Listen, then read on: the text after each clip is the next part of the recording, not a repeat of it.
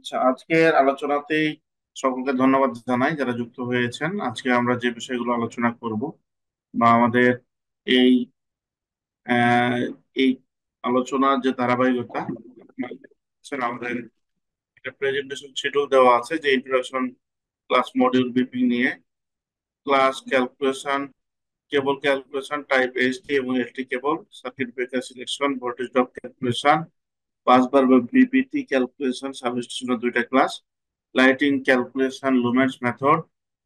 এটা হচ্ছে একটা সিকোয়েন্স আপনাদের সাথে আলোচনা করছি, তাহলে আপনাদের উম, এটা হচ্ছে সিকোয়েন্স আমাদের।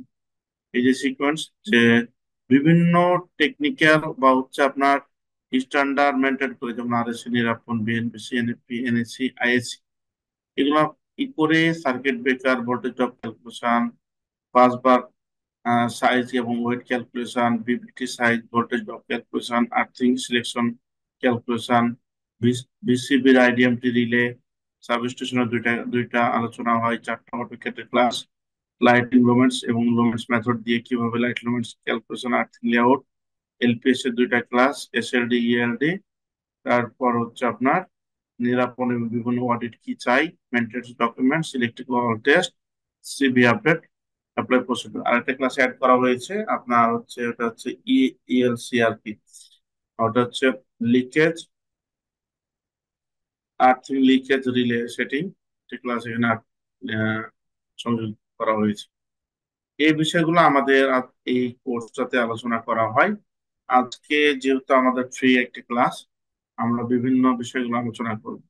আমরা এইগুলোর সাথে যেগুলো প্রোভাইড করি, world documents PDF, daily class record, offline ক্লাসের অপরচুনিটি, সাবস্টেশন এখানে এসে ক্লাস করতে পারবেন, অনলাইন সার্টিফিকেট, ভেরিফিকেশন সার্টিফিকেট এটা দিই। আর আমাদের বুয়েট ডুয়েট যেগুলো আমাদের ইঞ্জিনিয়ার আছে তাদের সাথে একটা সম্পর্ক যুক্ত, কানেক্টেড করা এবং তাদের সাথে আপনাদের একসাথে থেকে কাজ করার সুযোগ তৈরি করা। এটা হচ্ছে আমাদের একটা মডিউল। আমাদের আজকের যে আলোচনা হবে, এটার মডিউলটা এটা আগে আলোচনা করব। যদি অনেক আমার ঠান্ডা লেগে আমার অবস্থা খুবই খারাপ, আমার কথা বুঝতে যদি কোনো সমস্যা হয় আজকে, তো মেহরবানি করে ক্ষমা দৃষ্টিতে দেখবেন। মানে শারীরিকভাবে আমি আজকে অসুস্থ। তারপরে যেহেতু আপনাদের এটা ডেডলাইন দেওয়া ছিল, সেজন্যই আজকে এটা পোস্টপোন না করে ধারাবাহিকভাবে আলোচনা করতেছি, করার চেষ্টা করব। তবে অন্য দিনের থেকে আজকে আলোচনাটা একটু স্বাভাবিকভাবে ছোট করব আমি। আপনার যদি কোনো প্রশ্ন থাকে ইনশাআল্লাহ সে প্রশ্নের উত্তর দেওয়ার চেষ্টা করব। তো প্রথমেই আহ দেখেন, বিভিন্ন প্রকার অডিট, যেমন নিরাপন বা আরএসি, এই বিষয়টা আসলে কি? আরএসি আরএসি আচ্ছা, আর নিরাপন আগে ছিল কি অ্যাকর্ড আর হচ্ছে অ্যালায়েন্স, এই দুইটা অডিট ছিল। কখন? 2013 সালে। 2013 সালে যখন রানা প্লাজা ধ্বংস হয়, তখন এই দুইটা ইন্টারন্যাশনাল অডিট টিম বাংলাদেশে ফাউন্ড হয়। তো একটা হচ্ছে ইউরোপিয়ান ব্যান্ড, একটা হচ্ছে আমেরিকান ব্যান্ড।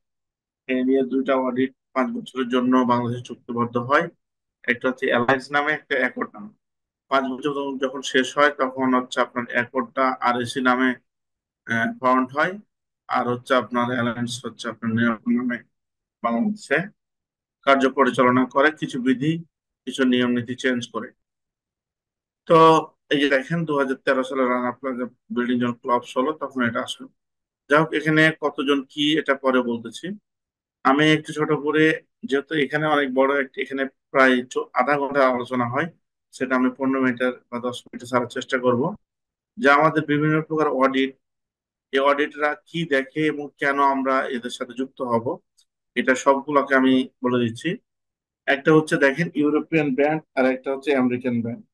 এই ইউরোপিয়ান ব্যান্ড আর আমেরিকান ব্যান্ড হচ্ছে এই দুইটা অডিট টিম।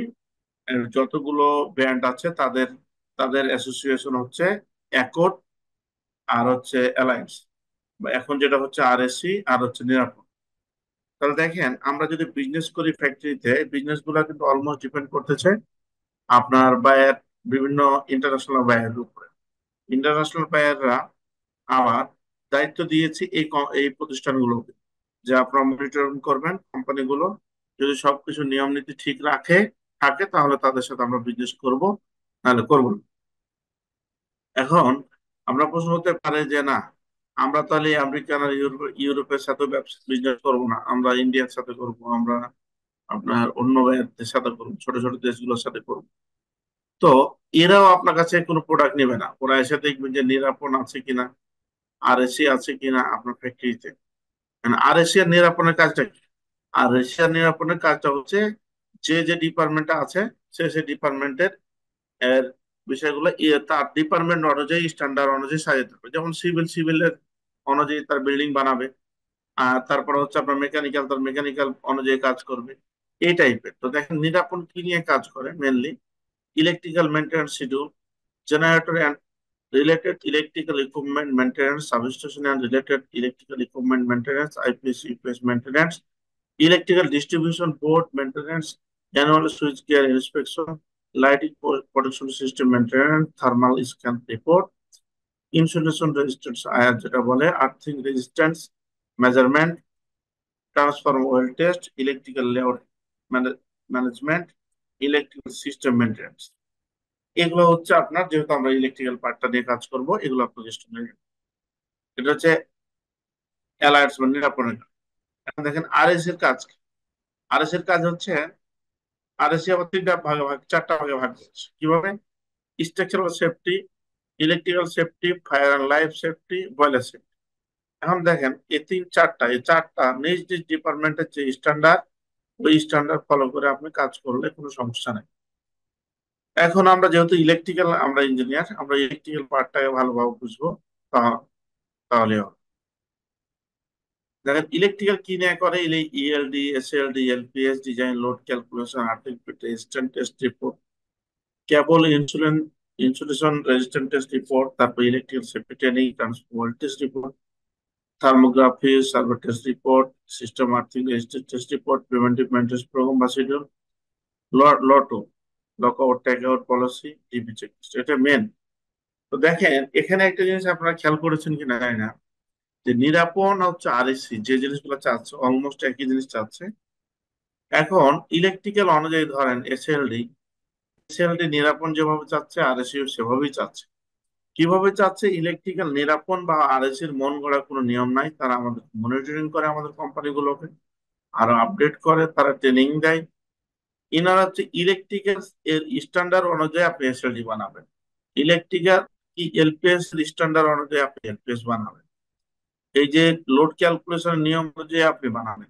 এই যে অ্যাকচুয়ালি এই জিনিসগুলো আমরা প্রপার স্ট্যান্ডার্ড ওয়ে অনুযায়ী আপনি যদি কাজ করেন, তাহলে আর হিসেবে নিরাপদ কোনো অডিট আপনাকে এটা ভুল ধরতে পারবে না।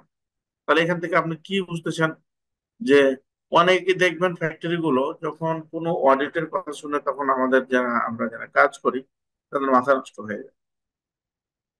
এটার কারণটা কি? এটার কারণটা হচ্ছে যে ইলেকট্রিক্যাল স্ট্যান্ডার্ড অনুযায়ী ফ্যাক্টরিতে যে কাজ হওয়ার কথা ছিল সেখানে গ্যাপ আছে। ধরেন আপনার একটা সাব স্টেশনের যে নিয়ম অনুযায়ী এখানে ইনস্টলেশন করার কথা ছিল, বা প্রত্যেকটা পার্টে যে ক্যালকুলেশন অনুযায়ী, cable calculation, busbar calculation, LT, PFI যা আছে, এটা প্রপার ভাবে যখন না হবে, তখনই কিন্তু অডিট এসে ভুল ধরবে। সাফিসিয়েন্ট আলো নাই, আপনার টেম্পারেচার বেশি, তারপর হচ্ছে আপনার সকল ক্যালকুলেশন ঠিক নাই, এই জিনিসগুলো লেআউটের আপনার স্পেসের সমস্যা আছে, এই জিনিসগুলো যখন প্রবলেম থাকবে তখন কিন্তু ভুলটা ধরবে। আর যদি আপনার ভুল যদি না থাকে ইলেকট্রিক্যাল স্ট্যান্ডার্ড, তাহলে আপনি ইলেকট্রিক্যাল স্ট্যান্ডার্ড অনুযায়ী যদি আপনি কাজ করেন, কোনো অডিটেই আপনার ভুল ধরতে পারবেন না। এবং অডিটের কোনো মন গড়া কোনো নিয়ম নাই। ওরা অডিট গুলো কি করে থাকে, ওই ইলেকট্রিক্যাল স্ট্যান্ডার্ড অনুযায়ী তারা ক্যালকুলেশন করে আপনার ওই ওই মাপকাঠিতেই এটা হচ্ছে আপনার ডাটাগুলো চেক করে, যে আপনি যে ইলেকট্রিক্যালের কাজগুলো করেছেন সেটা সঠিক আছে কিনা। তাহলে দেখেন আপনার আমার যে চিন্তার বিষয় কোনটা, যদি আমাকে ইলেকট্রিক্যাল স্ট্যান্ডার্ড অনুযায়ী আপনার একটা কোম্পানি বা হচ্ছে একটা বিল্ডিং বা হচ্ছে ইলেকট্রিক্যাল যত কাজগুলো আছে সেগুলো যদি আপনি করতে পারেন, তাহলে তো কোনো অডিট নিয়ে কোনো মাথা ব্যথার কোনো কারণ নেই, প্রিয় ভাইরা। তো আমি সবসময় যেটা বলে থাকি যে, যেমন আমরা বাংলাদেশে অটোমেশন ইঞ্জিনিয়ার বা হচ্ছে বড় ইঞ্জিনিয়ার হবো স্বপ্ন দেখি, এটা গুড, স্বপ্ন তো অবশ্যই দেখতে হবে, আমরা সবাই তো এক সময় বড় হব। যে আজকে জুনিয়র আছে সে একজন সিনিয়র হবে, যে সিনিয়র আছে আরো সিনিয়র হবে, আরো কিছু জানবে, এটাই স্বাভাবিক। কিন্তু মূল বিষয়টা কি, একটা ইঞ্জিনিয়ার পাস করার পরে ইলেকট্রিক্যাল হোক, সিভিল হোক, আর্কিটেকচার হোক, ডিপ্লোমা ইঞ্জিনিয়ার হোক, বিএসসি ইঞ্জিনিয়ার হোক, সেটা মূল বিষয় হচ্ছে যে ওকে স্টেজ বাই স্টেজ হচ্ছে উঠা, সিকোয়েন্সলি স্টেজ বাই স্টেজ উঠা। স্টেজটা কি? প্রথম হচ্ছে লোড ক্যালকুলেশন, সিলেকশন করা, কন্ট্রোলিং পার্ট, তারপর হচ্ছে অটোমেশন বিষয়গুলো। এভাবে ধাপে ধাপে যদি আমরা যেতে পারি তাহলে হচ্ছে আপনার ভালো হবে। আপনার আরেকটা বিষয় একমত হবেন যারা এখানে জব করতেছেন, যে দেখেন একটা ফ্যাক্টরিতে ইলেকট্রিক্যাল ইঞ্জিনিয়ারের যে কার্যক্রমগুলো, ইলেকট্রিক্যাল ইঞ্জিনিয়ার তো অনেক কাজ। যে ফ্যাক্টরিতে যে আমরা মিড লেভেল থেকে মোটামুটি নিচের যে যারা কাজ করে, তারা কি করে, বিভিন্ন প্রকার অডিট ফেস করে, তারপর হচ্ছে আপনার বিভিন্ন প্রকার সাবস্টেশন, ডিবি, তারপর মেশিনের যে কানেকশন গুলো, তারপর কন্ট্রোলিং পার্ট গুলো, এই কাজগুলো বেশি করতে হয় বাংলাদেশের ইঞ্জিনিয়ার। তারপরে যখন সিনিয়র হয়ে যায় আস্তে আস্তে অটোমেশনের কাজ জানে, পিএলসি প্রোগ্রামিং জানে, এইচএমআই ডিজাইন জানে, স্কাডা জানে, এইগুলো করে।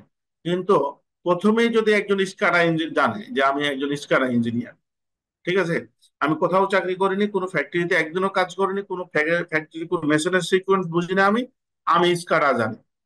তো আপনি স্কাডা জানেন, তাহলে কন্ট্রোলিং কি হবে বলেন? একটা 45 অ্যাম্পিয়ারের মোটর আমি সেট করবো, সেখানে কেবল কত হবে, ব্রেকার কত হবে, এটা আপনি বলেন, আমি জানি না। আজব তো।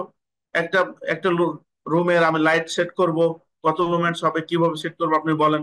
একটা সাব স্টেশনের লেআউট করবো কিভাবে, আমি একটু বলেন। ভোল্টেজ ড্রপ ক্যালকুলেশন কাকে বলে, আমি জানি না। আমি স্কাডা জানি। আমি আরো অনেক কিছু জানি, অনেক। আমাদের মতো এই প্রতিষ্ঠানগুলো অনেক মানুষের মাথা নষ্ট করে ফেলে। তো এগুলো জানতে আমি নিষেধ করি না কখনো, অবশ্যই আপনাকে স্টেজ বাই স্টেজ। একজন ডিপ্লোমা পড়া সপ্তম সেমিস্টারের মানুষ, আমি স্কাডা শিখে বসে রাখি, আমরা স্কাডা শিখে অনেক টাকা ইনকাম করতে পারবো। সে স্কাডা শিখে কি করবে? স্কাডা কি, স্কাডার কাজটা কি? মানে এইগুলো একটা ভয়ঙ্কর জায়গা। এখান থেকে আমাদের যারা সিনিয়র আছে তাদেরকে একটু মানে সরে আসা দরকার। আগে ইলেকট্রিক্যাল ইঞ্জিনিয়ার হওয়ার জন্য তাদেরকে উৎসাহ দিতে হবে, দেন যখন এটা কভার করবে স্টেজ বাই স্টেজ হচ্ছে তাদেরকে আমাদেরকে মানে কাজগুলো শেখাতে হবে এবং বলতে হবে। প্রিয় ভাইরা, আমার কাছে মনে হচ্ছে, আপনার একমত কিনা আমি জানি না, এটা আমার ওপিনিয়ন, এটা বলবো। যে একটা, ধরুন আপনি একটা ফ্যাক্টরিতে গিয়েছেন, আপনি যদি বলেন যে আমি স্ক্যাডার পিএলসি প্রোগ্রামিং জানি, আপনার এটা অপরাধ না। তাহলে ইলেকট্রিক্যাল যে সিকোয়েন্স গুলো, আপনার ছোট ছোট যে বিষয়গুলো আপনি জানেন কিনা, যদি জেনে সেটা শিখেন, মোস্ট ওয়েলকাম। আর যদি না শিখে শুধু যদি আপনি বলেন যে স্ক্যাডার পিএলসি জানেন, আপনি একটা একটা মেশিনে কি আপনি সিকোয়েন্স জানেন? আপনি কি পিএলসি প্রোগ্রামিং করবেন? আপনি মেশিন দেখেছেন কোনোদিন? যে প্রসেস প্রসেস গুলো হয় একটা মেশিনের, সে প্রসেস গুলোর ব্যাপারে কতটুকু আপনার ধারণা আছে, এই বিষয়গুলো আপনাকে মানে জানা খুবই জরুরি। আর যদি তাকে টাইম নষ্ট করা হয়, যখনই দেখবেন যে কোনো জায়গাতে ভাইবা দিতে যাবো আমরা, বা আপনার যদি আরো জুনিয়র গুলা, যার সিভিতে স্কাডা থাকবে যে আমি স্কাডা জানি, পিএলসি প্রোগ্রামিং জানি, অমুক জানি, তমুক জানি, যখন আপনি ছোট কোশ্চেন জানবেন না, আপনার যারা সিনিয়ররা থাকবে আপনার প্রতি বিরক্ত ফিল করবে, যে যেটা তোমার আগে শেখা দরকার তুমি শিখোনি, আগে তুমি স্কাডা শিখে বসে আছো, ঠিক আছে, তুমি যাও, তোমার চাকরি হবে না। আর যদি আপনি সবগুলাকে স্টেজ বাই স্টেজ শিখে আপনি উঠতে পারেন, দেন আপনি ভালো করবেন। তাহলে কোন স্টেজের পর কোন স্টেজটা শেখা দরকার, এটা তো আপনি ভুল থেকে যখন আপনি শিখবেন, তখন তো আপনার জীবন থেকে কয়েকটা বছর নষ্ট হয়ে যাবে। প্রথমে আপনাকে স্টেজ বাই স্টেজ শেখাটা খুবই জরুরি, এবং হচ্ছে আপনার নির্ধারণ করতে হবে, আপনাকে এটাই ফাইন্ড আউট করতে হবে সিনিয়রদের সাথে কথা বলে, বা যারা জানে। ওই চ্যাট জিপিটি কে জিজ্ঞেস করতে হবে যে ইলেকট্রিক্যাল ইঞ্জিনিয়ার হলে আমি কি করব। যদি উনি সঠিকটা দেয় তাহলে সঠিকটা নেবেন, আর বেঠিকটা দিলে সেটা নেবেন না। তো যাই হোক, এখানে কিছু ডেমো কোশ্চেন ক্রিয়েট করা আছে। দেখেন যে বাস বার ক্যালকুলেশন কিভাবে করবেন, কেবল ক্যালকুলেশন, লোড ক্যালকুলেশন কিভাবে করবেন, ট্রান্সফরমার ক্যালকুলেশন কিভাবে করবেন, লোড কত প্রকার, পাওয়ার ফ্যাক্টর ক্যালকুলেশন কিভাবে করবেন, এসিবি বিসিবি কোনটা কখন ব্যবহার করবেন, তিন ফেজের মধ্যবর্তী গ্যাপ কত হওয়া উচিত, এমসিসি সেট পয়েন্ট কিভাবে নির্ধারণ করবেন, ট্রান্সফরমার আর্থিং কয়টা দিবেন, জেনারেটর আর্থিং কয়টা দিবেন, এসডি আর্থিং কয়টা দিবেন, এসটি আর্থিং কয়টা দিবেন, আর্থিং কেবল ক্যালকুলেশন কিভাবে নির্ধারণ করবেন, সিস্টেম আর্থিং এর রডের সাইজ কত হবে, আর্থিং এর কেবল ফেজের কত পার্সেন্ট হবে, এলপিএস এর রেজিস্ট্যান্স এর মান কত হওয়া উচিত, এলপিএস এর বোরিং কত ফিট হতে হবে, সিস্টেম আর্থিং এর বোরিং কত হতে হবে,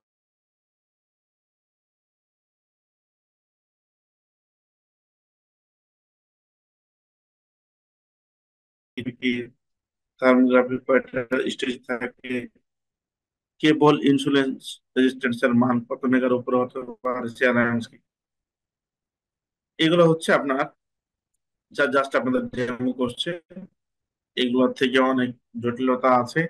এবং এখানে কতটা কয়জন পারবেন এটা আপনারা যারা কাজ করেন না, এগুলোই কোশ্চেন আপনাকে ফেস করতে হবে চাকরি করলে। আচ্ছা, এখানে একটা চার্ট দেওয়া আছে, এই চার্টটা একটু আলোচনা করি। এটা জাস্ট কোনো বইয়ের না, আমার আপনাদেরকে বোঝানোর জন্য একটা চার্ট করা। এই চার্টটা দেখেন, এটা ধরেন আমি সাবস্টেশন দিয়ে বুঝাই, যে যেহেতু এখানে অনেকে ভাই আছেন হয়তো চাকরি করেন না, সাবস্টেশনটা নিয়ে করলে আপনারা বুঝবেন। দেখেন, একটা সাবস্টেশন রুমের ভিতরে একটা ট্রান্সফরমার আপনার বসানো আছে। এই ট্রান্সফরমারটা এই চারিদিকে কতটুকু স্পেস থাকে, কোথায় পাবো এটা, কিভাবে নির্ধারণ করব? এটা হচ্ছে বিএনবিসি আর এনএফপি এর কাছে যাব। তারপর ধরেন এই রুমে এমন আছে যে দুইটা ট্রান্সফরমার থাকে, তাহলে একটা থেকে একটা মধ্যবর্তী এই গ্যাপটা সর্বনিম্ন কত হলে হওয়া উচিত? এখন এই বিষয়গুলো যদি আপনার জানা না থাকে, তাহলে আপনি ধরেন একটা ট্রান্সফরমার করা আছে, সেখানে আপনি মনিটরিং করতে পারবেন না। এখন আর যদি কোনো ভুল জায়গাতে কোনো কিছু ভুল করা থাকে, তাহলে হচ্ছে আপনি এটা কি সঠিক হবে সেটা আপনি ডিসিশন নিতে পারবেন। তো আমি সবসময় বলি আমরা ভুল পথে চলি। এটা হচ্ছে ভুল পথে চলি, কেমন দেখেন, একজন জয়েন করলো, একজন ইঞ্জিনিয়ার জয়েন করার পরে ওনাকে 5-7 দিন এমনি ঘোরার পরে বলে আপনি এখানে যান, মনে করেন সাব স্টেশনে কাজ চলছে। তারপর এখানে একটা চেয়ার দিবে, আপনাকে একটা টেবিল দিবে, যে আপনি কফি খাবেন আর দেখবেন। এরকম চাকরি হয় নাকি বাংলাদেশ?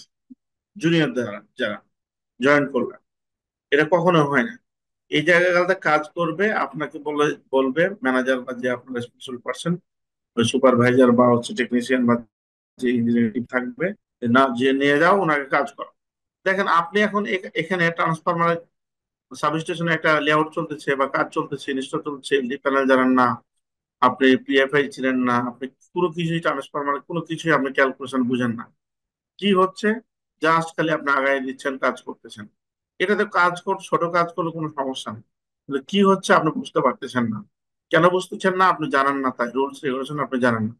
তো দেখেন আমি যে কথাটা বললাম, এই যে চারিদিকে কতটুকু জায়গা থাকবে, একটা থেকে একটা কতটুকু জায়গা, এই যে প্রত্যেকটা এলটি প্যানেল, এইচটি প্যানেল, তারপর হচ্ছে আপনার বিসিবি এসিবি কোনটা কখন ব্যবহার করা হবে, এই বিষয়গুলো, এখানে আলো কত থাকতে হবে, এখানে এনভায়রনমেন্ট টেম্পারেচার কত থাকতে হবে, এই জিনিসগুলো যখন আপনি জানতে পারবেন কেবল ক্যালকুলেশন গুলো, তখনই কিন্তু রুলস রেগুলেশন গুলো আপনি, যে আপনার চোখের সামনে কি হচ্ছে আপনি বুঝতে পারবেন। তো যা প্রিয় ভাইরা, এখানে না জেনে জয়েন করেছেন এটা কোনো সমস্যা নাই। এই জিনিসগুলো যদি টেকনিশিয়ানের মতো দেখে দেখে শেখা শুরু করেন, তাহলে 5 থেকে 7 বছর সময় আপনার নষ্ট হয়ে যাবে। এই জিনিসগুলো দেখতে হবে এবং স্টাডি করতে হবে, রুলস রেগুলেশন কোথায় গিয়ে সঠিক পাওয়া যাবে সেটা করতে হবে। তাহলে দেখেন, রুলস রেগুলেশন কোথায় পাবেন আপনি? রুলস রেগুলেশন পাবেন আপনি বিএনবিসি তে পাবেন, বিএনবিসি তে পাবেন আপনি, বিটিসি স্ট্যান্ডার্ডে আপনি পাবেন, এনএফপি তে পাবেন, এনএসসি তে পাবেন, আইএসসি তে পাবেন, IEEE তে পাবেন। এগুলো হচ্ছে আপনার অনেকগুলো গাইডলাইন আছে আমাদের।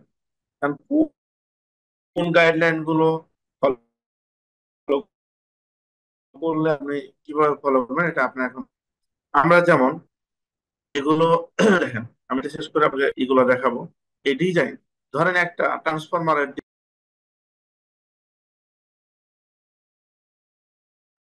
আপনার ডিজাইন করা আছে, তাহলে আপনি এটা দেখে দেখে কি ইনস্টল করতে পারবেন না? তাহলে দেখেন, ডিজাইন যদি করা আছে, রুলস রেগুলেশন যদি আপনি জানেন, তাহলে এই ডিজাইনে যদি কোনো ভুল থাকে আপনি ইনস্টল করার সময় আপনার চোখে পড়বে যে না, এটা ভুল করা আছে। আর একটা হচ্ছে, এটা ইনস্টল করতে আপনার সহজ হবে। তাহলে ইঞ্জিনিয়ারিং ভাষায় হচ্ছে ড্রয়িং। তো ড্রয়িং যদি আপনি না জানেন, তাহলে আপনি ইঞ্জিনিয়ারিং ভাষা যদি না জানেন, তাহলে ইঞ্জিনিয়ারিং কি জানেন?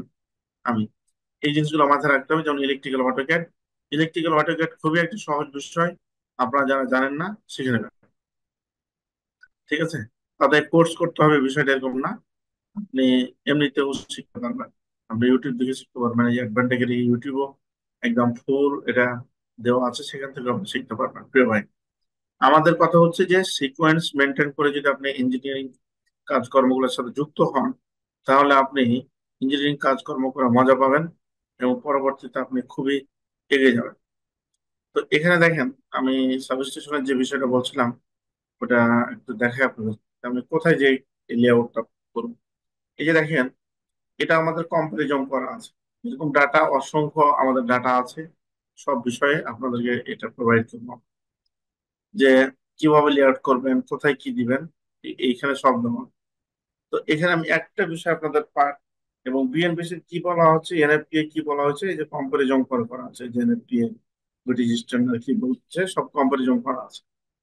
এটা হচ্ছে, এখানে একটা জিনিস দেখায়, যে লেআউটটা দেখেন, এটা আলোচনা করেই আমি জাস্ট আপনাদেরকে দেখেন, এইটা যদি লেআউটটা তাহলে এখানে কি বলছে দেখেন, high area floor level and others requirement of substation room, the minimum height of the substation room should be 3.0 meter to 3.6 meter depend upon the size of transformer. যদি আমার গলার অবস্থা খুবই খারাপ, আহ, মানে আপনাদের কিছু অসুবিধার জন্য আমি আন্তরিকভাবে দুঃখ প্রকাশ করছি। আমি শারীরিকভাবে যে কয়েকদিন থেকে একটু অসুস্থ হয়ে আছি, তারপর চেষ্টা করতেছি যে সেমিনারটা কন্টিনিউ করার জন্য। প্রথমে মনে করতেছিলাম যে সেমিনারটা করবো না, তারপর আপনাদের যেহেতু লিঙ্ক দেওয়া আছে বা ডেডলাইন দেওয়া আছে, তাই যুক্ত হওয়া। থ্যাংক ইউ সবাই। তারপর দেখেন, এখানে তাহলে একটা ইনফরমেশন পেলাম। তারপর আমি যে কথাটা বলছিলাম যে একটা ট্রান্সফরমার একটা রুমে কিভাবে আমি ক্যালকুলেশন করব যদি দুটো ট্রান্সফরমার হয়, বা ট্রান্সফরমার চারিদিকে কত দেয়। এই লেআউটটা দেখেন, এক নাম্বার কি বলতেছে, যে 0.7 metre for the transformer install in a room with wall 1 2 side, all 2 side যদি বলা হয় তাহলে হচ্ছে আপনার 0.7 মিটার দিলেও হবে। তারপর বলছে এখানে ট্রান্সফরমারের উইথ ওয়াল 1 3 সাইড, যদি 3 সাইড হয় তাহলে যে 1 মিটার দিবেন, চারিদিকে 1 মিটার থাকলেই হবে সর্বনিম্ন। তারপর বলছে যে রুমটা যদি ক্লোজ হয়, একদম ক্লোজ রুম হয়, তাহলে হচ্ছে 1.25 দিতে বলছে এই ট্রান্সফরমার চারিদিকে। তারপর কি বলছে, 1.5 distance from one to another transformer, multi transformer in a room from 11 kV voltage level যদি হয় তাহলে হচ্ছে আপনার 1.5, আর যদি হচ্ছে 11 এর বেশি হয় তাহলে 2.5 দিতে বলছে। তাহলে দেখেন, এখান থেকে কিন্তু এই 4টা পয়েন্ট থেকে কিন্তু আপনার লেআউট করতে পারছেন। এভাবে সকল বিষয়গুলোকে ছোট ছোট করে বিএনবিসি বা বিভিন্ন গাইডলাইন থেকে আমরা কেটে কেটে আপনাদের জন্য রেডি করে রাখতেছি, যারা আমাদের কোর্স করে তাদেরকে এগুলো প্রোভাইড করি আমরা।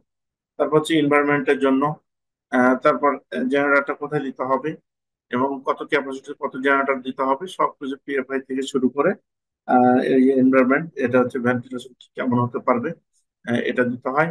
আমাদের যেটা কত ইঞ্চি বা লোড ক্যাপাসিটি কত রাখতে হবে বা টোটাল, এগুলো জাস্ট আপনাকে একটা জিনিস আমি দেখাচ্ছি, এবং আমাদের অসংখ্য দেখছেন এইগুলো সবগুলো আমাদের হচ্ছে আপনার কেবল ক্যালকুলেশনের সময় কেবল গুলো কিভাবে নেবেন, কিভাবে নিলে আপনার ডাইভার্সিটি লোড নিতে হবে না, ভোল্টেজ ড্রপ ক্যালকুলেশন কিভাবে করবেন, এগুলো আমাদের সব কিছু মধ্যে আলোচনা করা হয়েছে। এনএফপি কি বলছে দেখেন, বিএনসি এটা বলছে, এনএফপি এটা বলছে, কম্পারিজন করা আছে যেন আপনাদের সময় নষ্ট না হয়। যেহেতু আমরা এগুলো নিয়ে কাজ করতেছি, এইগুলো হচ্ছে যে এই যে শর্ট সার্কিট কারেন্ট কিভাবে ক্যালকুলেশন করবেন, এগুলো তো সবগুলো দিব, এবং হচ্ছে কোন স্ট্যান্ডার্ডে কি বলতেছে আমরা সকল ডকুমেন্টস প্রোভাইড করবো প্রিয় ভাইরা, আপনাদের যেন সহজেই আপনারা বুঝতে পারেন। আমরা মূল বিষয়ে ফিরে আসি। দেখেন, এটা হচ্ছে একটা সাবস্টেশন। সাবস্টেশনে আপনি ভিজিটে যাবেন, ভিজিটে যা কি দেখবেন যেটা লুকিং গুড আছে কিনা, সব মিটার এবং হচ্ছে এগুলো ফাংশনাল ভাবে কাজ করছে কিনা, এখানে ময়লা মাটি, এখানে মনে হয় কাপড় টাঙানো আছে, এরকম যেন না হয়। তারপরে হচ্ছে যে যখন আপনার চারিদিকে সাফিসিয়েন্ট জায়গা আছে কিনা, তারপরে হচ্ছে আপনার ডিবি বা এনটিভি চেক লিস্ট গুলো থাকে, ডেঞ্জার সাইন থাকতে হবে, ফার্স্ট এড সাইন থাকতে হবে, তারপর হচ্ছে আপনার এসএলডি থাকতে হবে, ডিবি চেক লিস্ট থাকতে হবে, এই যে এসএলডি থাকতে হবে, এগুলো থাকতে হবে। এই জিনিসগুলো আছে কি না, তারপর হচ্ছে যে এটাতে ক্যাপাসিটি যত ইনকামিং আর আউটগোয়িং, এটা অনুযায়ী আমার পাসবার কেবল ব্রেকার সবকিছু ঠিক আছে কিনা, ডোর ঠিক আছে কিনা, এখানে হচ্ছে আপনার ম্যাট আছে কিনা, এই বিষয়গুলো আপনাকে আরো বিষয় আছে, বিষয়গুলো পরিপূর্ণভাবে আপনাকে চেক ব্যাক করতে হবে সঠিকভাবে আছে কিনা। যদি থাকে তাহলে কোনো অডিটই আপনাকে ফেল করাতে পারবে না, ইলেকট্রিক্যাল স্ট্যান্ডার্ড যদি থাকে। তাহলে কি দেখতে হবে, মেন ব্রেকার দেখতে হবে, ক্যাপাসিটি, মেন ইনপুট কেবল, নিউট্রাল কেবল, আর্থিং, মেন বাস বা সাইজ, মেন লিঙ্ক কেবল, কেবল সিলেকশন। এটা জাস্ট আপনাদের এক্সাম্পল দেওয়া আছে যে এই জিনিসগুলো আপনাদের দেখতে হবে, আরো কিছু দেখতে হবে। আপনাদের জাস্ট একটু মনে রাখার জন্য এই বিষয়গুলো আলোচনা করা হয়েছে। এখন দেখেন, ট্রান্সফরমারের বা দুটা সাইড থাকে, এসটি সাইড এলটি সাইড। আর এই সাইডে দেখেন এক দুই তিনটা কেবল, এখানে হচ্ছে এক দুই তিন চারটা, এদিকে একটা কেবল, এদিকে দুইটা কেবল, এবং দুইয়ের অধিকও হয়। এখানে কেন হয়? আপনি জানেন যে আমাদের এই পাশে হচ্ছে ভোল্টেজ হাই আর কারেন্ট হচ্ছে লো, 33 কেবি 11 কেবি। এই পাশে হচ্ছে 440 সর্বোচ্চ ভোল্টেজ। এই 33 কেবি বা 11 কেবি কে ডাউন করে কারেন্টকে বৃদ্ধি করে আপনার 440 ভোল্টেজের কনভার্ট করে এটা আমাদের কন্টিনিউ করতে হয়, বের হয় না। তাহলে এলটি সাইডে কারেন্ট বেশি হওয়ার কারণে একটা প্যারামিটার হচ্ছে আপনার কারেন্ট। অন্য অনেক বিষয় থাকে কেবল ক্যালকুলেশনের সাথে, ক্যালকুলেশন করার জন্য মেন পার্ট হচ্ছে একটা কারেন্ট। তো অন্য বিষয়গুলোকে কনসিডার করে,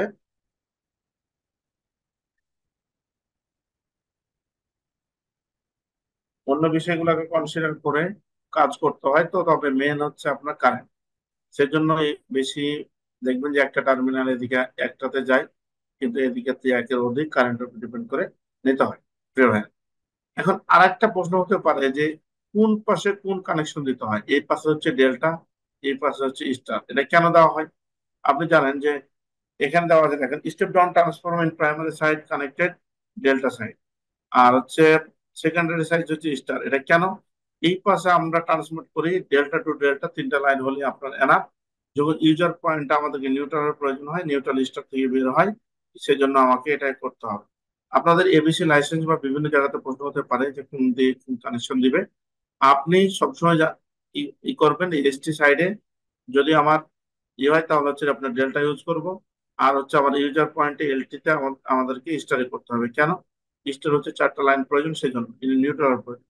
আপনারা জানেন তিনটা কয়েলের, আপনার প্রশ্ন করতে পারে যে নিউট্রালের উৎপত্তি স্থল কোথায়। দুইয়ের অধিক যদি কয়েল একসাথে মিলিত হয় তখন এই পয়েন্ট থেকে একটা নিউট্রালের জন্ম হয়। এই জিনিসগুলো, আর যখন ট্রান্সমিট করবেন ডেল্টা টু ডেল্টা, আপনি ট্রান্সমিট করতে পারেন, কোনো সমস্যা নেই। তখন আপনার স্টার করা লাগবে। যেমন পিজিসিবি যে করে বা হচ্ছে এক গ্রিড থেকে আরেক গ্রিড নিয়ে যাবেন, তখন ডেল্টা টু ডেল্টাও নিতে পারবেন। এখন একটা একটু প্র্যাকটিক্যালে আসি আমরা। প্র্যাকটিক্যাল আসলে দেখেন কি হয়, যে এই পাশ থেকে কেবলে যখন আমাদের এই ড্রপ আউটের মধ্য দিয়ে যখন ইউজ হয়, তখনই তো আমাদের দেখেন এটা চিকন তার, আমাদের মাথার উপর যে তারগুলো কেবল গুলো থাকে, এটা চিকন থাকে। চিকন কেবল এসে আবার এই পাশে অনেক মোটামুটি কেবল ইউজ করে। এটা কারণটা কি?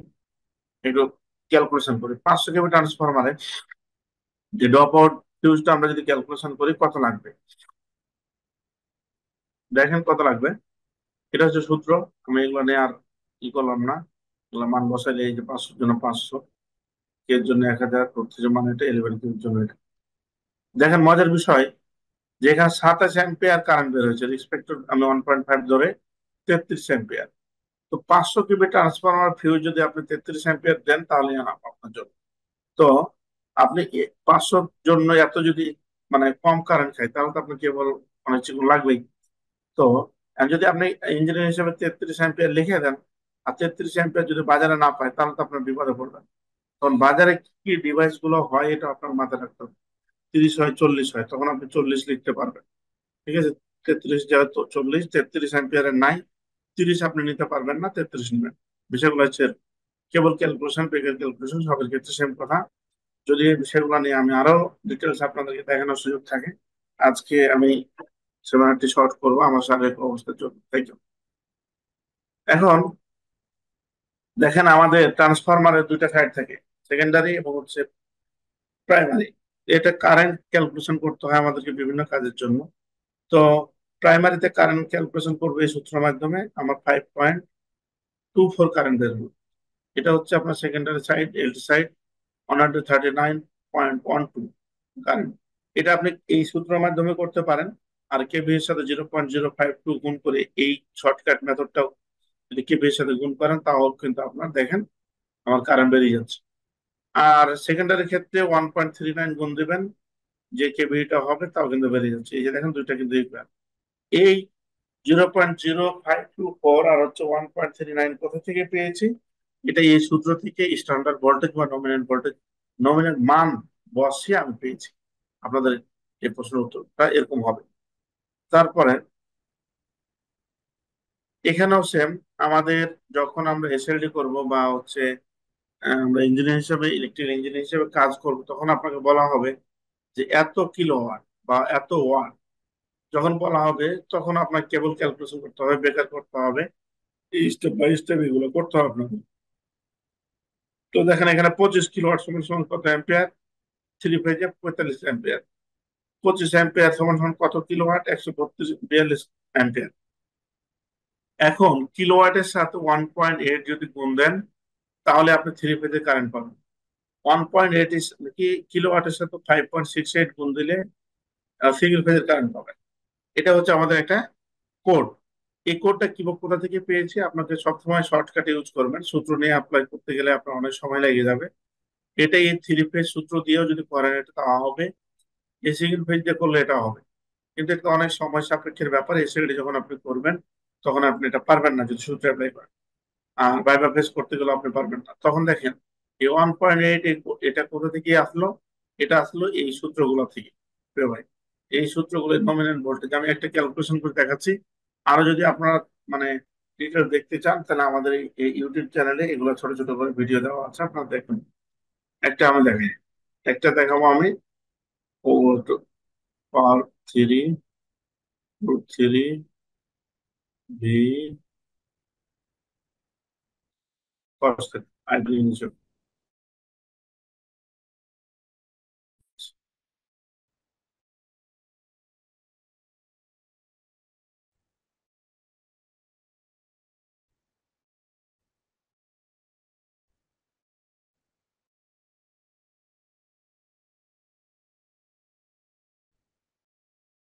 রুট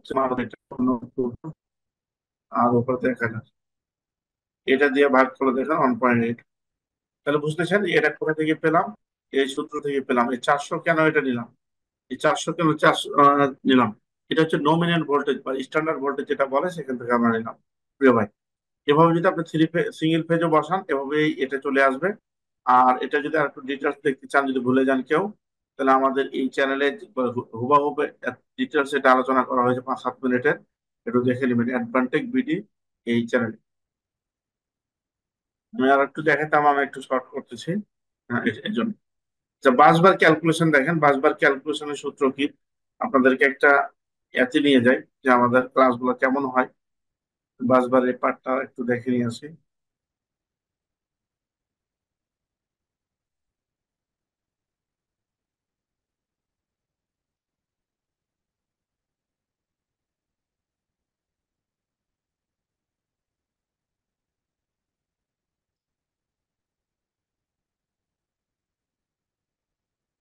এই যে আমরা বাসবারের ডিটেলস, কত কি নিব, কিভাবে নিব, অ্যালুমিনিয়াম থেকে শুরু করে কিভাবে এগুলো ধরবো। এখন বাসবারের সূত্র হচ্ছে with into thickness current density. Current density কি দেখেন, এখানে কারেন্ট ডেন্সিটির ব্যাপারে details আলোচনা করা হয়েছে।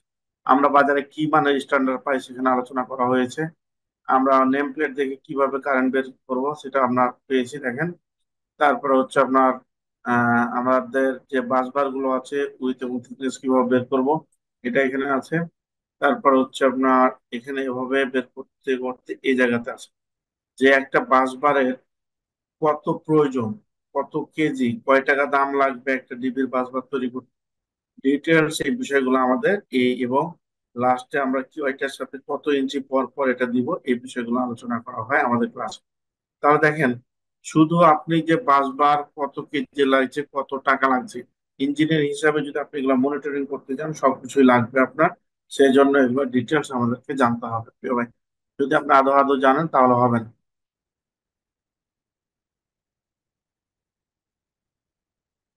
এবং কোন স্ট্যান্ডার্ডে কি বলতেছে, সকল বিষয়গুলো আমরা এভাবে ক্লাসে ডিটেলস আলোচনা করি।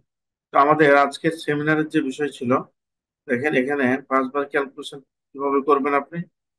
কপার কারেন্ট ক্যারিং ক্যাপাসিটি হচ্ছে 1.58 পার স্কোয়ার মিলিমিটার, অ্যালুমিনিয়াম হচ্ছে 1.09। আর বাসবারের সূত্র তো দেখে আসলে, বাসবারের উইথ ইন্টু থিকনেস ইন্টু বাসবারের কারেন্ট ডেনসিটি। তো এভাবে আমরা ই করে থাকি।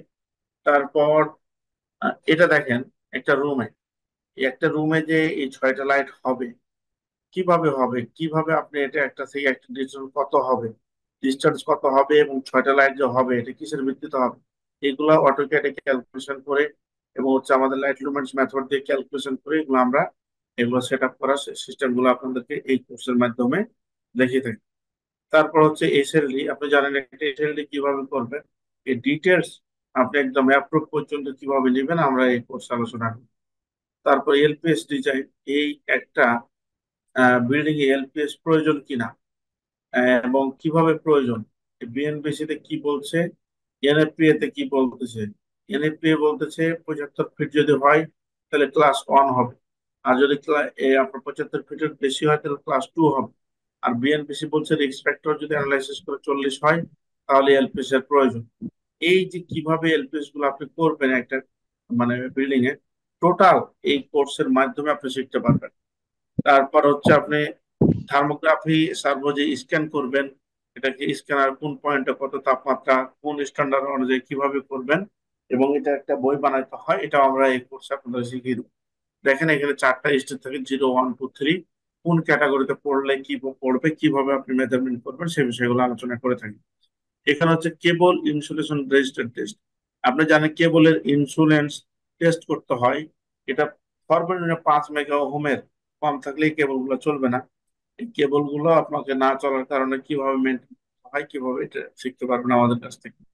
তো আমাদের আলোচনার বিষয়গুলো ছিল এগুলো। আপনাদেরকে আমি বলতেছি যে এই ভাইয়া, এই আলোচনাগুলো প্রায় 2 ঘন্টা আলোচনা চলে আমাদের। আমার শারীরিক ভাবে আমি আজকে খুবই অসুস্থ, সেই জন্য 2 ঘন্টা না করে আপনাদের শর্টকাট আমরা আহ, চেষ্টা করলাম। আমাদের আলোচনা এখানে আহ, শেষ আপনাদের। এটা তো আলোচনা প্রথমেই করেছিলাম যে আমাদের সিকোয়েন্স হচ্ছে এটা, আবার একটু ক্লথ করে কিছু ভাই পরে জয়েন করেছেন। তারপর আপনাদের কোশ্চেন শুনবো। আমরা প্রথমে ইন্ট্রোডাকশন ক্লাস নিয়ে থাকি একটা, কেবল ক্যালকুলেশন এসটিএলটি, তারপর circuit breaker, voltage drop calculation আর এসি নিরাপন অনুযায়ী স্ট্যান্ডার্ড এসি এনএসি অনুযায়ী 5 bar size calculation, BPT size voltage drop calculation, earthing layout নিয়ে ভিসিবি আইডিএফ রিলে সাবস্টেশন নিয়ে ইলেকট্রিক্যাল অটোক্যাডে 4টে ক্লাস হয়। Lighting lumens method, earthing layout, LPS, SLD, ELD, IPS, UPS, RAC document maintenance. আর একটা হচ্ছে আমাদের নতুন ক্লাস একটা অ্যাড করেছি এগুলোর সাথে, ওটা হচ্ছে আর্থিং, লিকেজ, রিলে সেটিং নিয়ে। খুব ইম্পর্টেন্ট একটা ইয়ে, আজকে ফেসবুকে এটা আমরা লেখালেখি করেছি, একটু অ্যাডভান্টেজ পেজে দেখলে এগুলো দেখতে পারবেন, শিক্ষণীয় বিষয় অনেক আলোচনা করে থাকি। তারপরে এটা হচ্ছে আমরা কি কি ওয়ার্ল্ড ডকুমেন্ট দিব, ডেইলি ক্লাস রেকর্ড দিব, অফলাইন ক্লাস করার সুযোগ, তারপর হচ্ছে অনলাইন সার্টিফিকেট, যেটা আমরা সার্টিফিকেট দিব অনলাইন ভেরিফিকেশন করতে পারবেন। আর একদম প্রথম থেকে বেসিক আইডিয়া ইলেকট্রিক্যাল ডিজাইন থেকে শুরু করে কোনটা কিভাবে করবেন ডিটেলস আলোচনা করা হবে এই কোর্সের মাধ্যমে। তো অ্যাডভান্টেক বিডি এবং অ্যাডভান্টেক ইঞ্জিনিয়ারিং লিমিটেড আমাদের 2টা প্রতিষ্ঠান। অ্যাডভান্টেক বিডি হচ্ছে এই প্রফেশনাল কোর্স গুলো আমরা করিয়ে থাকি। Advantech engineering limited spare parts, substation design, supply, civil, মানে ইঞ্জিনিয়ারিং কনসালটেন্সি যেটা বলে, মেশিনারি এবং স্পেয়ার পার্টস অটোমেশন নিয়ে আমরা ফ্যাক্টরিতে কাজ করি। এই হচ্ছে আমাদের বিষয়। যদি কারো কোনো প্রশ্ন থাকে আজকের আলোচনার উপরে করতে পারেন ফেব্রুয়ারি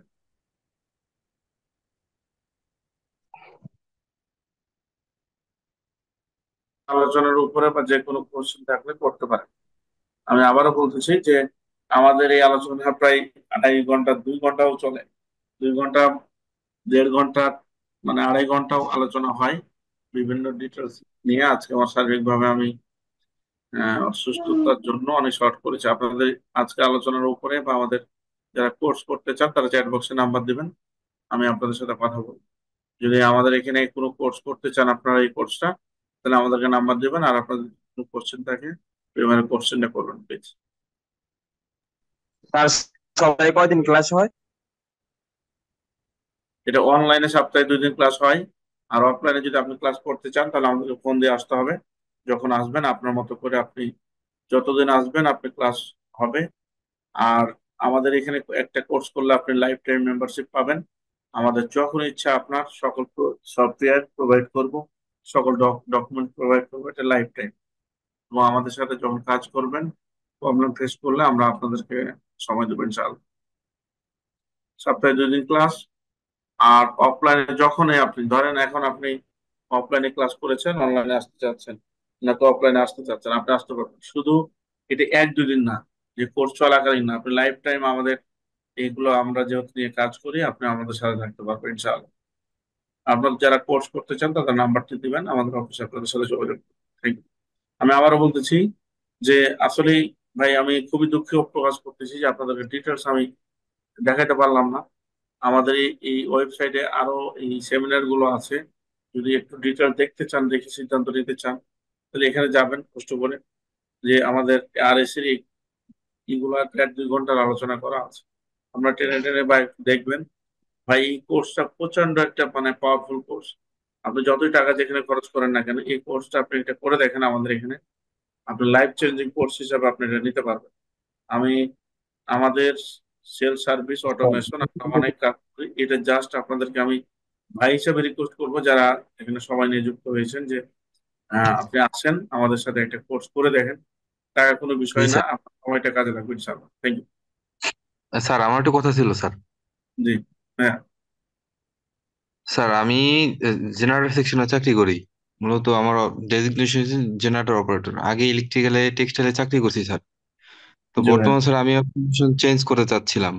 আমার sir electrical supervisor licence ABC তিনটাই আছে। সুন্দর। ইলেকট্রিক্যালের আরপিএল লেভেল 1 2 ক্লিয়ার করা আছে। মোটর কন্ট্রোলিং স্যার মোটামুটি স্যার এই সম্পর্কে ভালো আইডিয়া আছে আমার। এখন স্যার জি আমার জন্য কোনটা কোনটা সাজেস্ট করা ভালো হবে স্যার? আমি স্যার জেনারেটর সেকশনটা চেঞ্জ করতে চাচ্ছি স্যার। ভাই, আপনাকে আমি সবসময় কি বলি জানেন, আজকে তো আপনারা 15-20 জন এসেছেন, এখানে 200-300 জন মানুষও থাকে। আমি অনেককে মেসেজও দিইনি আজকে অসুস্থর জন্য। বিষয়টা জি হচ্ছে যে দেখেন, একটা আপনি তো সিনিয়র মানুষ ভাই, একটা দেখেন যে এখানে যে সিকোয়েন্সটা লেখা আছে, আমি আপনাকে যে আমাদের এই যে এখানে নিয়ে গেছিলাম, যে এই যে প্রেজেন্টেশনের সিকোয়েন্স কিন্তু ওভাবে করা আছে, একটু দেখেন যে 1 2 3 স্যার। ভোল্টেজ অফ স্যার আমি ক্যালকুলেশন। স্যার, আমি একটু বলি আপনাদের এটা স্যার। আমি ডিটেলস পুরোটা দেখছি, আমার কাছে পিডিএফ আছে প্রত্যেকটা ডিটেলস এর। জি। এখন স্যার আমার কথা হচ্ছে স্যার, এখন আমি তো আমার ডিটেলসটা আপনাকে বলেছি স্যার। তো এখন না, স্যার আমি নিজের মেরাজ ভাই একটু আমি থামাই আপনাকে, আমি কেন বলতেছি যে আপনি তো মানে আপনাকে তো অন্যদের মতো করে আমার বোঝানোর দরকার নাই। ঠিক আছে, যেহেতু আপনি কাজ করতেছেন, আপনি আপনাকে সিদ্ধান্ত নিতে আমি সহজ করে দিচ্ছি যে দেখেন, একটা ফ্যাক্টরিতে যে আপনি তো শুধু একটা জেনারেটর পার্ট নিয়ে আছেন, কিন্তু যারা মেন মেনটেন্সে কাজ করে তারা কিন্তু এগুলো সবগুলো নিয়েই কাজ করে, আর আপনি একটা পার্ট নিয়ে আগাচ্ছেন। আমি বলবো যে আপনাদের আমাদের যদি সুযোগ থাকে একটা জেনারেটরের ভিতরে বসে না থেকে আপনি মেনটেন্সে কনভার্ট হন। তো মেনটেন্সে কনভার্ট হতে গেলে আপনার সিভিটা একটু ঘুরাইতে হবে। সিভিটা ঘুরানো মানে যে সিভিটা ঘুরানো মানে যদি ধরেন একটা সিভি আপনি, আপনি ভাই আপনি তো জেনারেটরে কাজ করেন, আর আপনি যেখানে কাজ করেন আপনি তো ইলেকট্রিক্যাল ইঞ্জিনিয়ার নাকি? এটা তো আপনি দ্বিমত হতে পারবেন না। আপনি সাব জি স্যার। স্টেশনে কাজ করছেন, এটা আপনার রেসপন্সিবিলিটি। তো জি ধরেন আমি অ্যাডভান্টেজে এখন জব করি, অ্যাডভান্টেজে জব করি এই মানে আমি অন্য একটা কোম্পানির কিছু আমি ওখানে কাজ দিলে আমি পারবো না, বিষয়টা এরকম না। আমাকে ওই কোম্পানি কি কাজ দিবে, আমাকে ইলেকট্রিক্যাল কাজ দিবে, আমি সিভিল তো কিছু জানি না, আমি মেকানিক্যালও কিছু জানি না। আমি ইলেকট্রিক্যাল পার্টটাকে স্ট্রং করে আমাকে যেখানে রেসপন্সিবিলিটি হবে সেখানে আমি কাজ করবো, কোনো সমস্যা নেই। তো আপনার রেসপন্সিবিলিটি ধরেন যে সাব স্টেশন, কিন্তু সিভিটাকে ফুটিয়ে তুলতে হবে আপনার ইলেকট্রিক্যাল ইঞ্জিনিয়ার। আমার কথা বুঝছেন কিনা? সিভিটাকে জি স্যার। আপনাকে তৈরি করতে হবে যে আপনার ইলেকট্রিক্যাল ইঞ্জিনিয়ার, আর ইলেকট্রিক্যাল ইঞ্জিনিয়ার হিসাবে এগুলোর বিকল্প কোনো কিছু নাই। মানে এগুলোকে বাদ দিয়ে কোনো আপনি যেতে পারবেন না। আপনারা দেখেন এখানে এমন ভাবে সিকোয়েন্সলি সাজানো আছে যে এইটা যদি আপনি মেনটেন করতে পারেন, এখানে আমি বলবো, চ্যালেঞ্জ করব, যদিও আমরা সিনিয়র মানুষ এটা বলা একটা খারাপ দেখায়, যে 40% কেউ কভার করতে পারেন এখানে। আপনি যদি 30,000 টাকা চাকরি করেন আপনি 50,000 টাকা চাকরি পাবেন। আপনি যদি 20,000 টাকা চাকরি পারেন আপনি এখন 30,000 টাকা চাকরি পাবেন অন্য জায়গায়। এটা এটা আমি আপনাকে স্যার লিখে দিব আপনার। ঠিক আছে। জি স্যার, আমি আপনাদের কারিকুলামটা দেখেছি স্যার। কারিকুলামটা স্যার আমার খুব ভালো লাগছে বিদায় স্যার আমি আপনাদের এখানে আসছি স্যার। এখন আমি স্যার আমার খুব দ্রুত আমি আপনার সাথে যোগাযোগ করবো স্যার। Thank you. আমি বলি আমি 12 বছর এগুলা নিয়ে আছি, 12 বছর ইন্ডাস্ট্রিয়াল মানে আপনার পিএলসি প্রোগ্রাম পর্যন্ত মেশিন আমি করি। কিন্তু আমি সবসময় যেটা বলে আসি, দেখেন আমি ভিডিও বানাইছি, আমি সব জায়গাতে বলি যে ভাই এই কামটি আগে 1 মাসের কাজ ভাই, এটা আপনি যদি বাসাও বসে বসেও পড়েন 1 মাস তুমি কভার করতে পারবেন, এটি আপনি পারবেন। আপনি আমার কাছে কোর্স করলে করেন, না করলে নাই।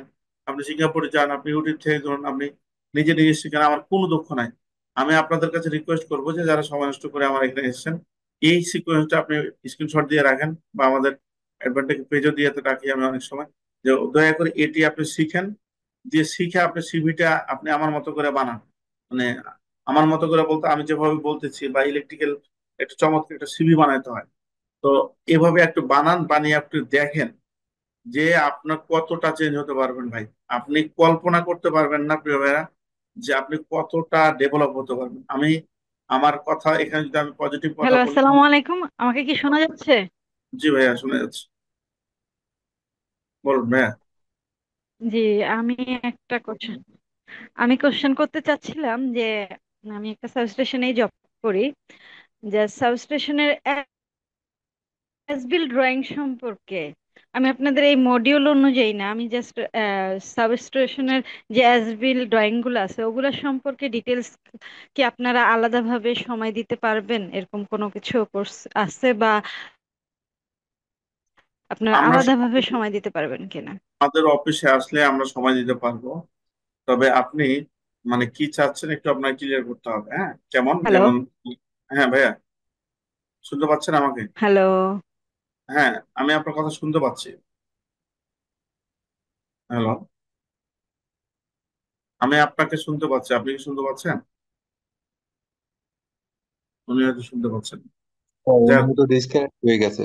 হ্যাঁ। স্যার আমার আরেকটু কথা ছিল স্যার, আমি তো স্যার শিফটিং ডিউটি আমাদের এক সপ্তাহ ডে এক সপ্তাহ নাইট।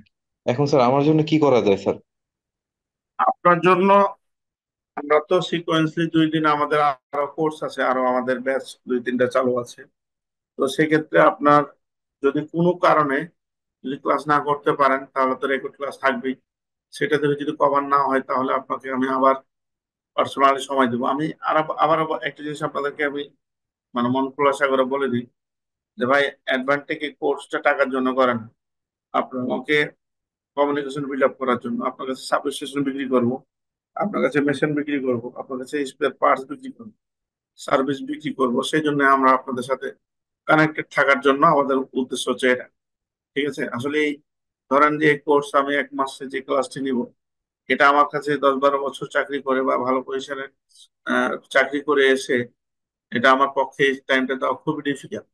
তো তারপরে দিই কি জন্য, যে আপনারা এখান থেকে আমি যে প্রিয় ভাইদেরকে পাই, এটাই হচ্ছে আমার ক্লায়েন্ট। সো এবং একটা গুড প্ল্যাটফর্ম। সো আমি আপনাদের সাথে থাকতে চাই, আপনারা যদি সুযোগ তৈরি করে দেন। ওকে, আপনাদেরকে হেল্প করতে চাই। মনে করেন আপনি আমার কাছে কোর্স করবেন বা আমি আপনাদেরকে দেখাবো না এটা হোয়াটসঅ্যাপে, যে কেউ যদি আমার কাছে কেউ জিজ্ঞেস করে, আমি কোনোদিন তাকে জিজ্ঞেস করিনি যে আপনি কি আমার কোর্স করেছেন। আমি তাকে এটা জানতে চাই, যদি আমার জানা থাকে ফুললি আমি তাকে হেল্প করার চেষ্টা করি। হেল্প করার চেষ্টা যখন শেষ হয়ে যায় হেল্পটা, তারপর আমি জিজ্ঞেস করি যে আপনি নাম্বারটা কোথায় পেয়েছেন। তখন বলে যে আমি ইউটিউব থেকে পেয়েছি বা পেজ থেকে পেয়েছি। তখন আমার খুব ভালো লাগে যে না, ওনাকে আমি, তখন উনি বলে যে আমি ভাই আপনার একটা কোর্স করবো। আমি যে ভাই আপনি কোর্স করবেন বা করবেন না ওটা একান্তের ব্যাপার, এটা বলা দরকার নাই যে আপনি আপনার কাছে আমি কোর্স করবো। আপনার যে কোনো প্রবলেম আপনি বলবেন, যদি আমার জানা থাকে উত্তর দেবো ভাই। হ্যাঁ, হেল্প মানে আমরা, আপনি এই পিডিএফ আমাদের ডকুমেন্টস মানে স্টেপ বাই স্টেপ সাজানো আছে।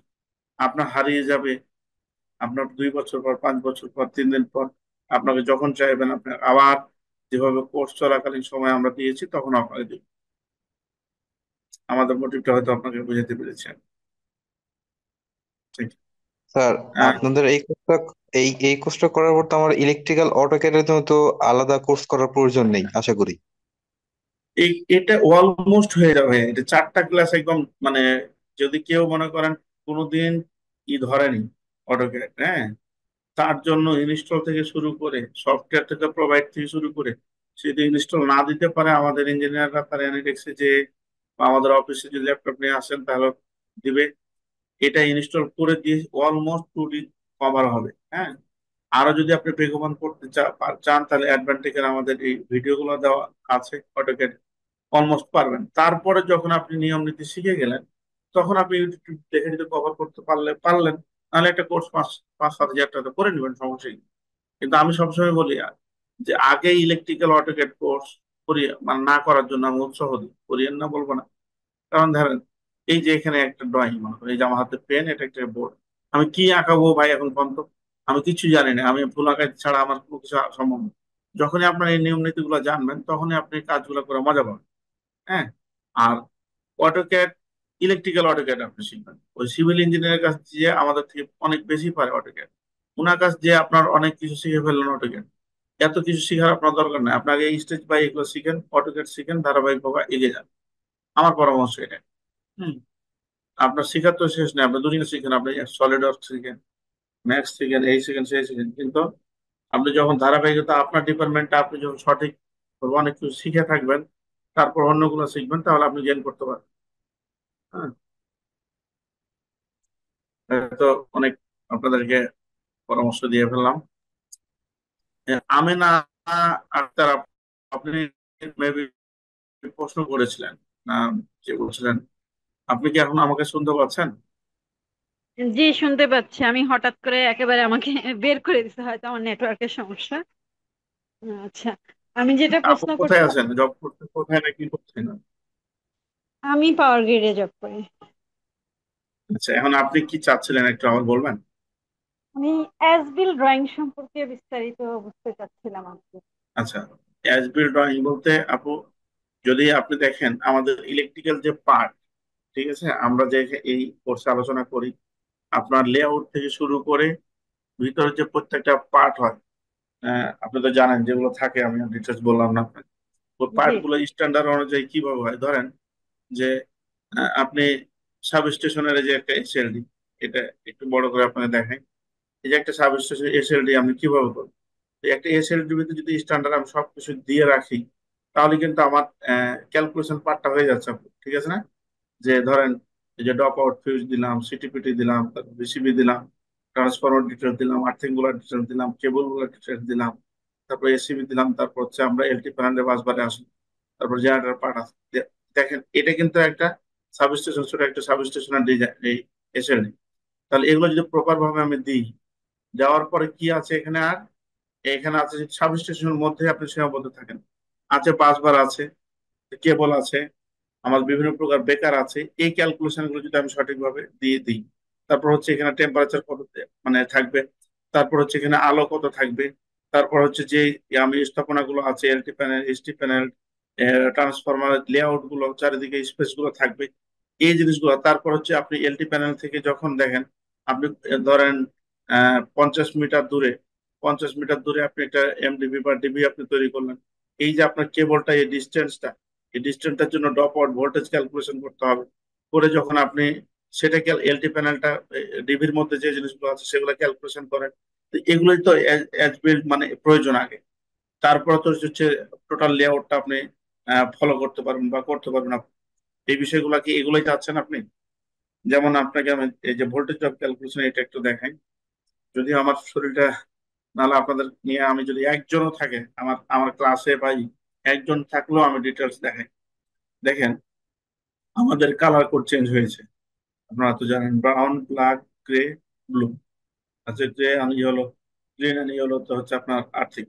তাহলে এলটি প্যানেল থেকে আপনাকে যেটাকে বলছিলাম যে এত দূরে, আমি ধরেন 100 মিটার দূরে আমি একটা ডিবি তৈরি করবো, এমডিবি তৈরি করবো, এখানে কিভাবে আমি কেবল ক্যালকুলেশন করবো এজ ইউজুয়াল। যদি আমি করি যে কি বলে, কেবল চার্ট অ্যাপ্লাই করে আমি করি, হবে না। তা আপনাকে স্ট্যান্ডার্ড ফলো করতে হবে। বিএনবিসি তে দেখেন ভোল্টেজ অফ ক্যালকুলেশন করলে আর 2.5% অ্যালাউ করে। আর যদি আমি এনএফপি এর ভাষায় করি 5% নেয়, ব্রিটিশ স্ট্যান্ডার্ড 3 থেকে 8% নেয়। এটা তাহলে হচ্ছে 10% ভোল্টেজ ড্রপ অ্যালাউ করে, এটি 20, এটা হচ্ছে 32। এখন এটার উপরে স্ট্যান্ডার্ড আপনি কোনটা নেবেন, ওটার ভিতরে আবার আরো অনেক কথা আছে। এটার উপরে আমি কেন করব, কিভাবে করব, এই সূত্র অ্যাপ্লাই করে কিভাবে করব। তারপর দেখেন এখানে, এখানে একটা লেন্থ 80 মিটার আর 100 মিটার থেকে এখান পর্যন্ত আমি কারেন্ট নিয়ে আসবো, 100 অ্যাম্পিয়ারের জন্য কিভাবে আমি ক্যালকুলেশন করবো, এই জিনিসগুলো ডিটেল দেওয়া আছে। কেবল চার দিকে কিভাবে আমি কত আরএম এর কেবল নেব, কিভাবে আমি প্রত্যেকটা কেবল এই যে 10 ডপের মধ্যেই আমি মধ্যে রাখবো, এগুলো, এবং দুইটা কেবল নিলে আমি কি করবো একটা জায়গায়, এবং আমি যে কেবল গুলা যুক্ত করবো টার্মিনালে, কিসের উপর ডিপেন্ড করে, এই জিনিসগুলা আমার স্ট্যান্ডার্ড ওয়েতে আমরা এই কোর্সে আলোচনা করে করবো। তো এইগুলো যখন সবকিছু আমি জানবো, তখনই কিন্তু আমি একটা সাবস্টেশন বা পাওয়ার সাইড গুলোকে আমি ক্যালকুলেশন করতে পারবো। হয়তো আপনি আহ আমি বুঝতে পারছি কিনা আমি জানি না, একটু চেষ্টা করেছি আপনি, কথাগুলো বুঝছেন আমরা কিভাবে করি।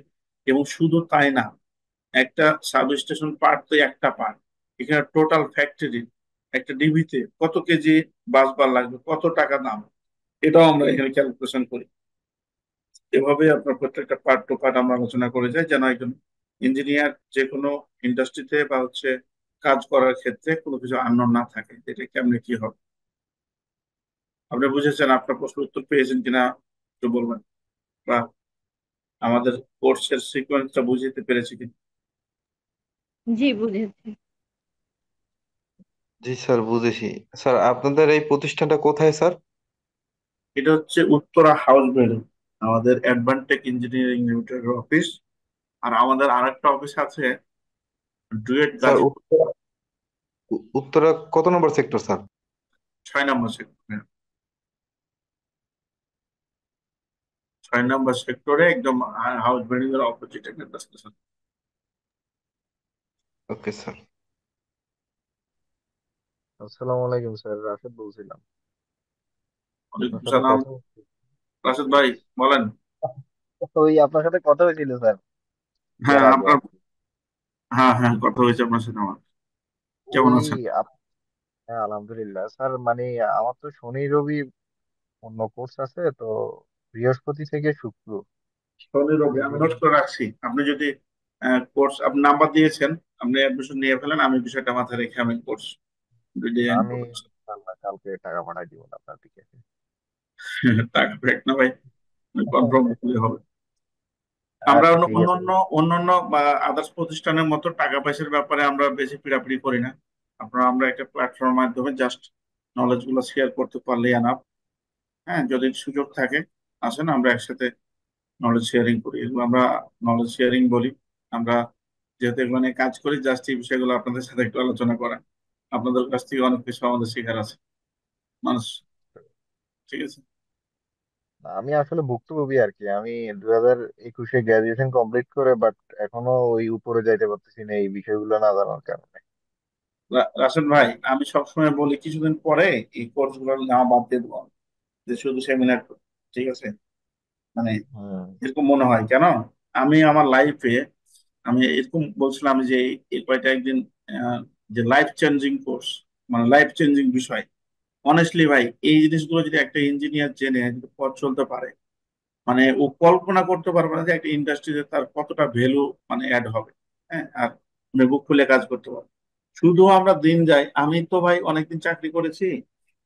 ডিসেম্বরে তো আমাদের জেনারেল গ্রুপ কোম্পানিতে, মাল্টিন্যাশনাল কোম্পানিতে চাকরি করেছি। তো দেখেছি, আমি যখন মেনটেন্স এর ম্যানেজার পর্যন্ত ছিলাম আমি। আহ, তো ব্রিটিশ টোবাকোর কোম্পানিতেও চাকরি করেছি। সাব স্টেশনের ভিতরে সারাদিন একটা ইঞ্জিনিয়ার বসে থাকে, দেখেন, এসির রুমের মধ্যে একটা টেবিলে বসে থাকবে। ওকে বলবেন যে বাস ভাই ক্যালকুলেশন কিভাবে হয়, এটা কি ওটা কি, পার্ট টু পার্ট জিজ্ঞেস করেন। খুব কম পার্সনই আছে যে আপনার সঠিক অ্যান্সার দিতে পারবেন। ঠিক আছে। তাহলে এরা স্টাডি করতে চায় না, বা একটু যে দেখবে সেটাও করতে চায় না। তাহলে উনি বড় ইঞ্জিনিয়ার হয়ে যাবে, ম্যানেজার হয়ে যাবে, ডিজিএম হয়ে যাবে, কি করবে মনে হয়? অনেক কাজ থেকে দেখেছি যে বড় বড় পোস্টে চাকরি করে, থার্ড পার্টি যেটা বলে সে অনুযায়ী কাজ করে, কিছু স্টাডি করতে চায় না। তো এগুলো নেগেটিভ কথা না, এগুলো আমরা বাস্তবতা গুলো দেখে আমরা সিকোয়েন্সলি আগাবো।